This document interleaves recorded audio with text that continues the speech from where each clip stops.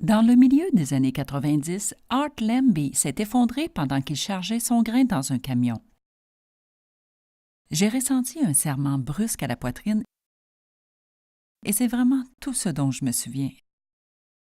À part le fait que je me suis affaissée contre la paroi du silo à grains et que j'ai entendu un bruit que je ne pouvais pas expliquer. Il s'est avéré par la suite que c'était la tarière qui fonctionnait et qui cognait contre le plancher de bois.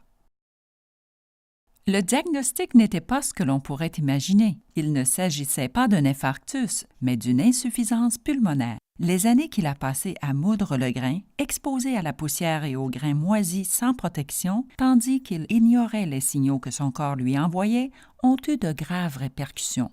Ses poumons fonctionnaient alors à 30 de leur capacité. Le conseil du médecin, abandonner l'agriculture.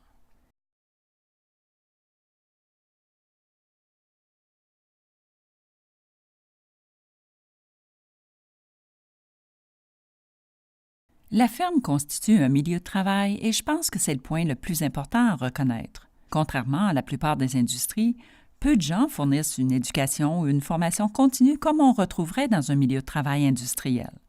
Je pense qu'il est important que les agriculteurs reconnaissent les types d'exposition qui se présentent à eux.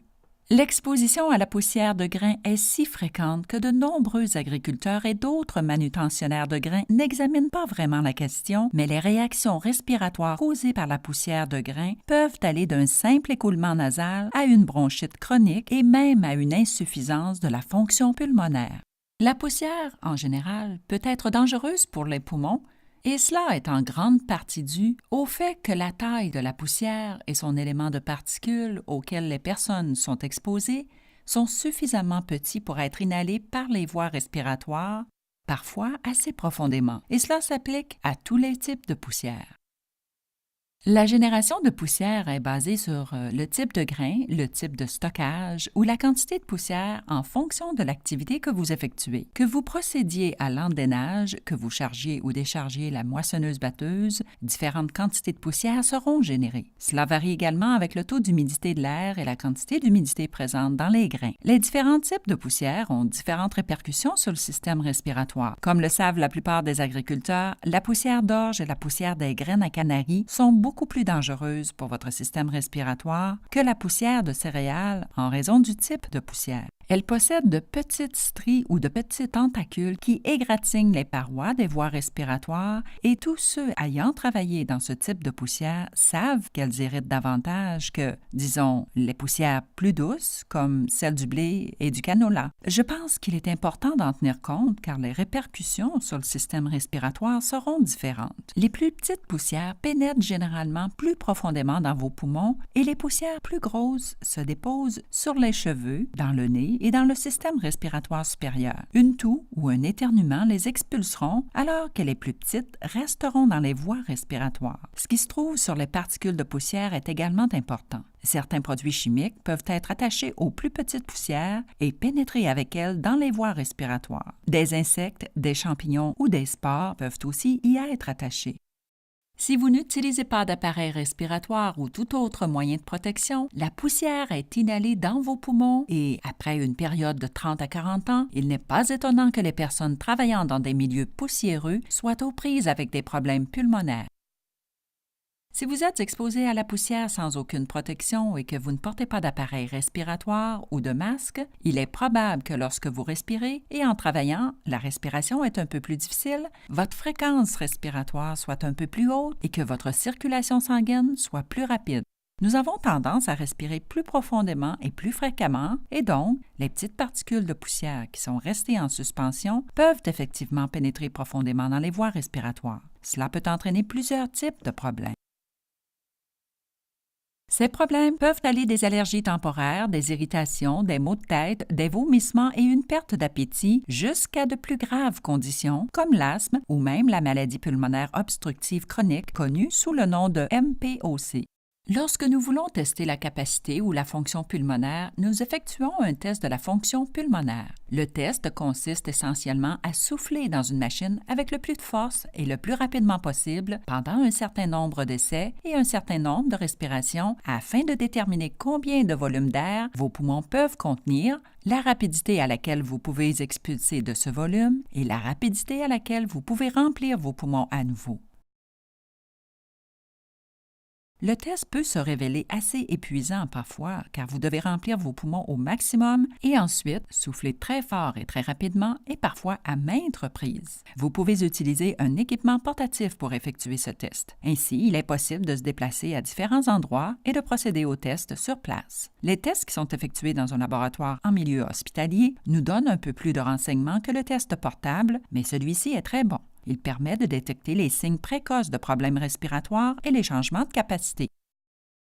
L'inhalation de poussière de moisissure peut causer des symptômes comme la toux, la fièvre, des frissons, une respiration laborieuse et des douleurs musculaires. Ces symptômes surviennent environ de 4 à 8 heures après l'exposition et durent généralement pendant quelques jours. Il peut s'agir d'un syndrome toxique dû aux poussières organiques, qui est une maladie de courte durée ne causant pas de dommages à long terme, ou il peut s'agir du poumon du fermier. Le poumon du fermier est une réaction allergique qui survient à l'exposition de la poussière ou des grains en général et de foin qui, dans les cas les plus fréquents, ont été contaminés par des moisissures. Cette réaction peut survenir lors d'une ou deux expositions à un niveau très élevé de poussière, comme lorsqu'une personne déplace ou lance des balles de foin qui n'ont pas été déplacées depuis longtemps et qui étaient dans un milieu très humide, assez chaud et propice au développement de moisissures. En les déplaçant, des spores sont libérés dans l'air. L'inhalation de ces spores peut provoquer ce type de réaction allergique qui entraîne le poumon du fermier. Cela peut arriver très vite dans certaines circonstances ou cela peut arriver graduellement. Si vous avez été exposé à la moisissure pendant plusieurs semaines, des mois ou même pendant des années, vous pouvez développer ce type de réaction allergique de longue date. Elle entraîne des difficultés respiratoires et des problèmes liés à la capacité respiratoire et peut devenir très sévère si elle n'est pas détectée à temps. Le plus important après avoir détecté l'allergie, c'est d'éviter toute exposition à la moisissure qui cause cette réaction.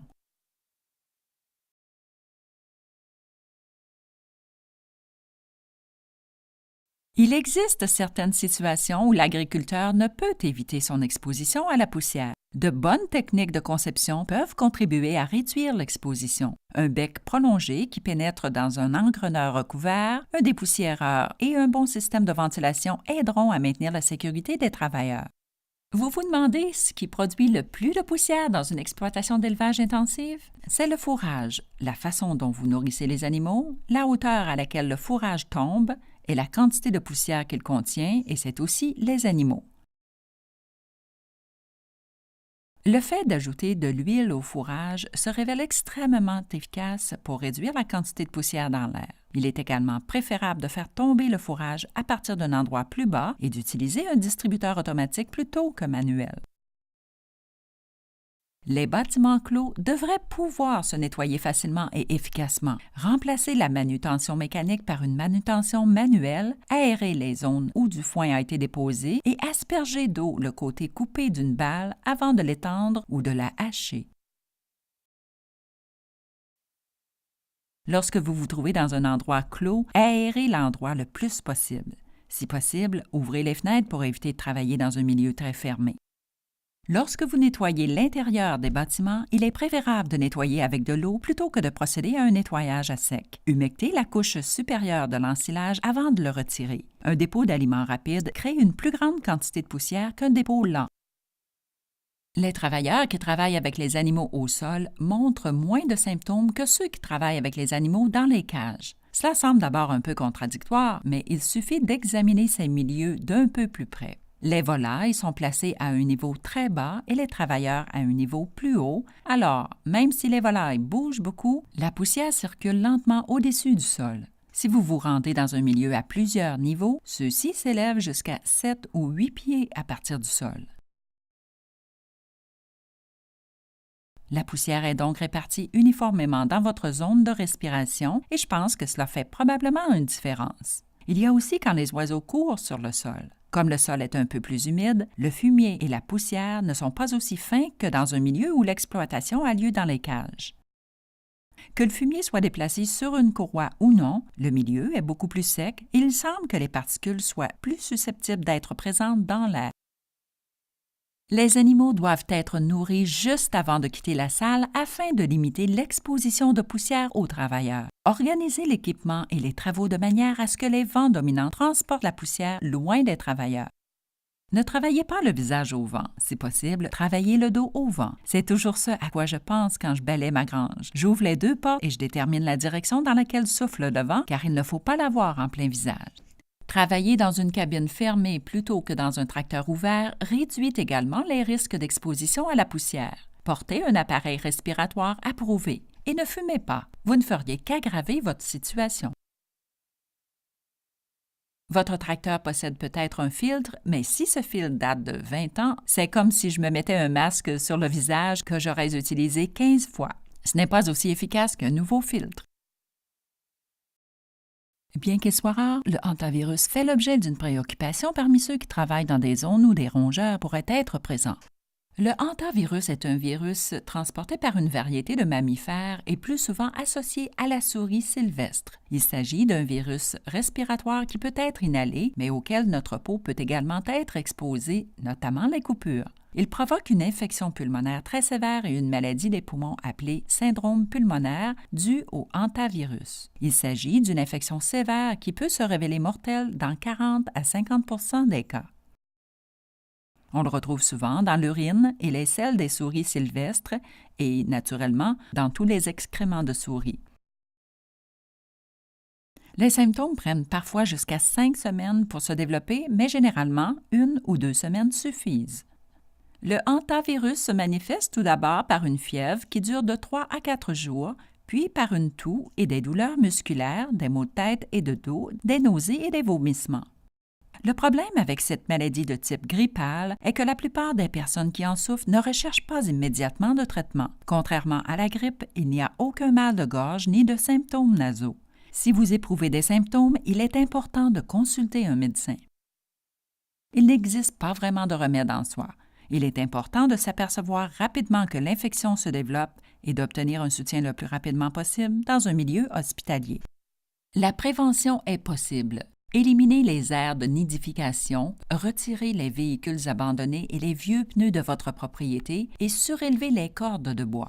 Scellez les trous autour des bases des bâtiments et coupez l'herbe claire et les broussailles. Ajoutez du gravier en dessous pour prévenir les rongeurs de creuser des terriers. Vous devez naturellement éviter tout contact avec des rongeurs potentiellement infectés ainsi que leurs excréments. Placez des pièges à souris. Portez un masque EPA ou un masque P100 et des gants de caoutchouc lorsque vous nettoyez les zones où se trouvent des excréments. Si vous avez une grande surface à nettoyer, portez des lunettes, des bottes et une salopette. Versez une solution d'agent de blanchiment et d'eau, attendez 15 minutes et retirez les excréments et les déchets à la pelle pour les mettre dans un sac de plastique. Mettez un sac double, attachez-le et enterrez-le ou brûlez-le.